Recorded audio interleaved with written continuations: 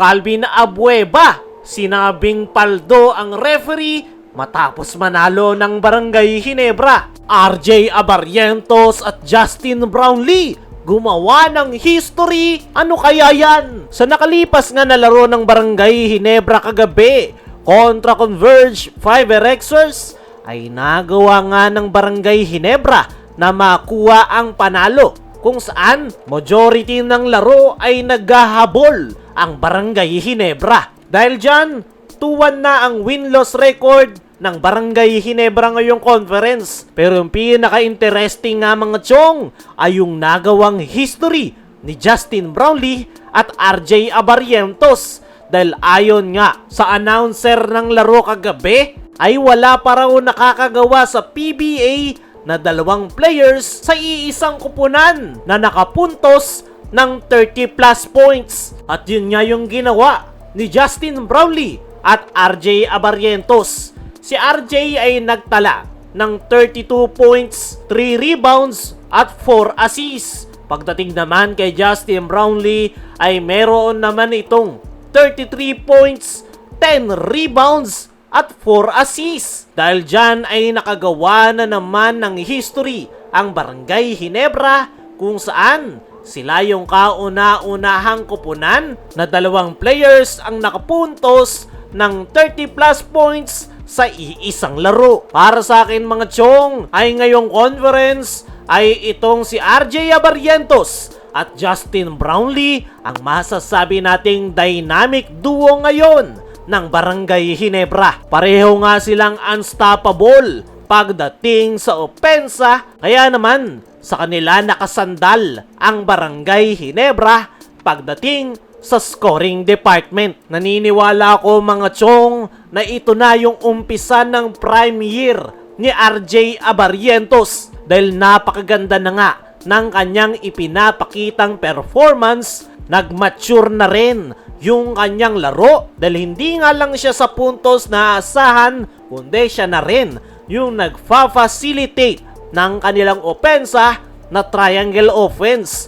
Pagdating naman kay Justin Brownlee ay talagang pinatunayan ito na hindi pa siya matanda dahil sa nakalipas na 3 laro ng Ginebra ngayong conference ay hindi bumababa sa 30 plus points yung contribution nito sa Ginebra. Actually, mas maganda pa yung pinapakitang performance ngayon ni Justin Brownlee kumpara noong mga huling conference niya sa Barangay Ginebra. Sa ngayon, magandang sign para sa kupunan ni Coach Tim Cone na maganda yung ipinapakita netong si Justin Brownlee at RJ Abarrientos sa kanilang kupunan. Dahil meron nga silang dalawang scoring machine na maasahan. Kapag medyo off night si Brownlee ay nandyan naman si RJ Abarrientos na handang sumalo pagdating sa opensa. Sa ngayon, walang problema ang Barangay Ginebra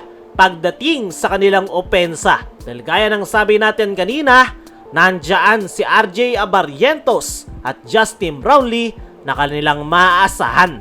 Ang kailangan lang nilang magawan ng paraan ay yung kanilang depensa sa loob ng painted area dahil yun nga lang yung nakikita nating butas ngayon ng kupunan ni Coach Tim Cone. At kung gusto nilang makabalik sa PBA Finals at makakuha ng kampyonato, kailangan nilang mapunan yung butas na yan. Kaya mga chong, ano ang masasabi nyo na nakagawa ng history si Justin Brownlee at RJ Abarrientos na nagtala ng parehas na 30 points sa iisang kupunan?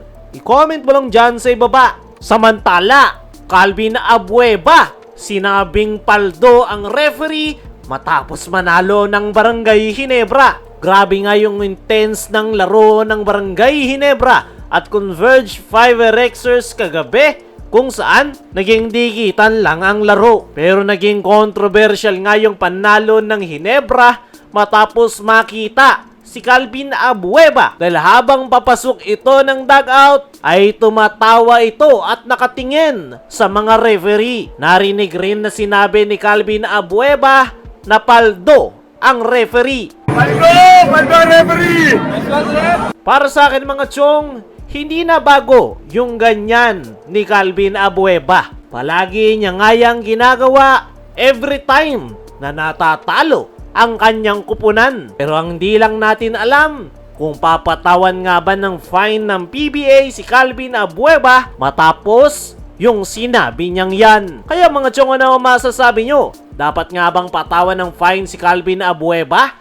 Ano rin yung masasabi nyo na gumawa ng history si Brownlee at RJ Abarrientos? I-comment mo lang dyan sa ibaba.